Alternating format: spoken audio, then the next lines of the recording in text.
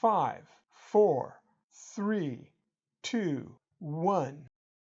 The Raspberry Pi 4 computer desktop kit appears to be an impressive set of basic computer hardware and software at a reasonable price. I'd seen some reviews about this computer before I ordered the kit and decided to get one for myself to check out. Here's my impression of the kit so far. Starting with the packaging, my kit was sent only in a padded envelope to protect the box. Even though the box showed some wear and tear, the packaging proved sufficient to protect everything during shipping. The centerpiece of the kit is the Raspberry Pi 4 Model B single-board computer. I'm personally pleased that the board has kept its classic Model B dimensions.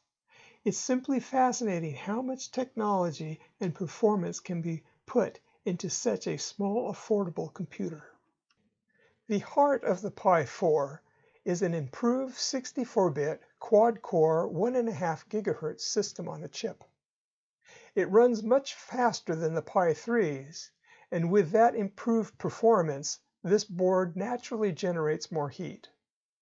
I found that the Raspberry Pi 4 can operate enclosed in its case without officially overheating. But for me, it tended to run very near its overheating threshold much too often.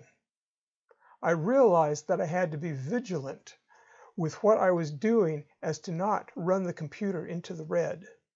Since I plan to use this Pi a lot, I will be exploring cooling options for it in the near future. As for the memory, the kit comes with 4 GB of RAM on the board. If you're not interested in buying this kit, one can purchase individual boards with either 1, 2, or 4 GB of RAM on them. One of the improvements that most of us expected to find on this board was the addition of USB 3.0 ports. This board comes with a pair of USB 3 ports and a pair of USB 2 ports. The Raspberry Pi 4 finally comes with a faster Ethernet connection. It now has a true gigabit Ethernet port. Although I generally rely on my Pi's built-in Wi-Fi to connect to the internet, this faster port will be greatly appreciated when I do find it necessary to plug in. Another expected change was the switch to a USB Type-C power port. Unfortunately, the board is reportedly missing a resistor, making it not compatible with all power cables. This news was disappointing, but not a deal breaker for me and didn't stop me from buying this kit. When it comes to the HDMI video output, I must confess that I'm conflicted. I love the fact that there are now a pair of HDMI ports instead of one. I can see the advantage of having 2 monitors.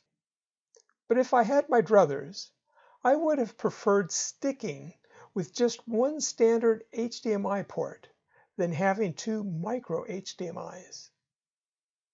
One more thing I would like to add at this point is that the kit provides not 1, but 2 HDMI video cables. Whoever made that decision during the development of this kit has my thanks.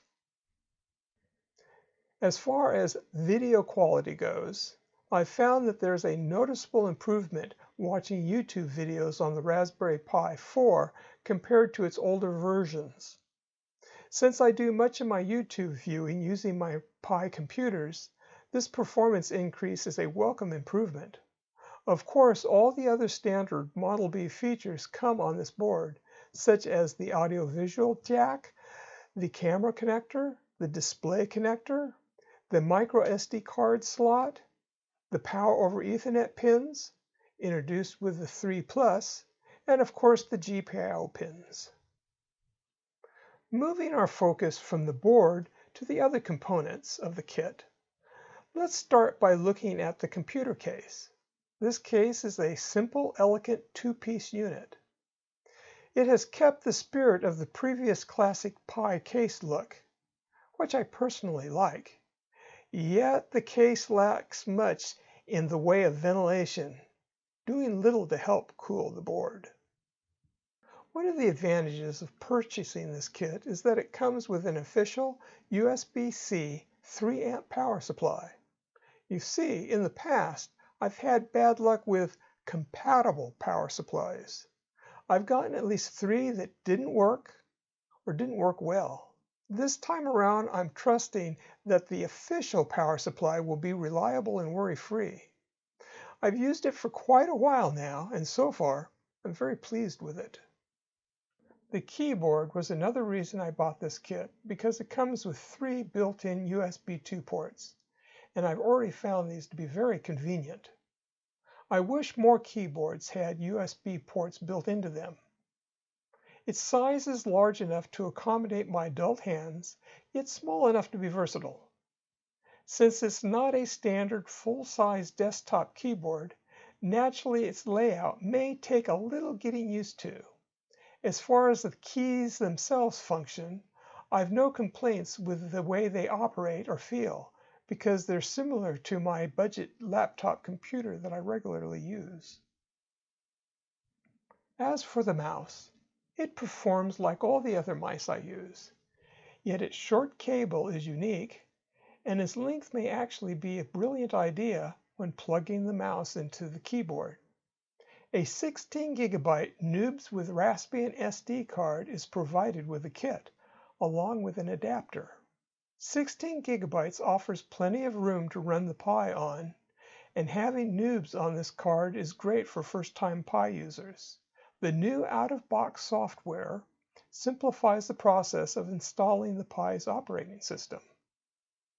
It's refreshing to get a thick manual with a computer nowadays. The kit comes with the 2nd edition of the official Raspberry Pi Beginner's Guide. This book covers computer setup, basic programming examples, and introduces a couple of peripherals. Although a digital copy is free online, it's nice to have a hard copy. In conclusion, I'm very pleased with my purchase. I believe that this $120 computer kit is a reasonable value for what it has to offer. Considering that everything is color coordinated, I think it would be stylish to find a monitor colored to match the kit. Well, whether or not raspberry red and white are your 2 colors of choice, from my point of view, the Raspberry Pi 4 computer desktop kit seems to fulfill its claim to be an entry-level, basic budget desktop computer. Thank you for your interest in this presentation. I encourage you to subscribe to my YouTube channel, like this video, leave a comment, and check out my other videos. So until next time, I wish you a great day. I have some supplemental information that may or may not be relevant for everyone. Considering that I got one of the early kits, it wasn't surprising that there were still bugs in the operating system. I found that the system wouldn't update for me, so I decided to reinstall a fresh version of the operating system. The first thing I did was make sure I was connected to the internet. To get to recovery mode, I first selected shutdown. From there, I selected reboot. Eventually, the screen appeared to access recovery mode, and then I pressed the shift key. At this point, I waited for NOOBS to set up. Once NOOBS was ready, I selected Raspbian Full and followed the instructions to install a current version of the operating system. After it was installed, the system worked flawlessly. Now that that's finished, I'll see you later.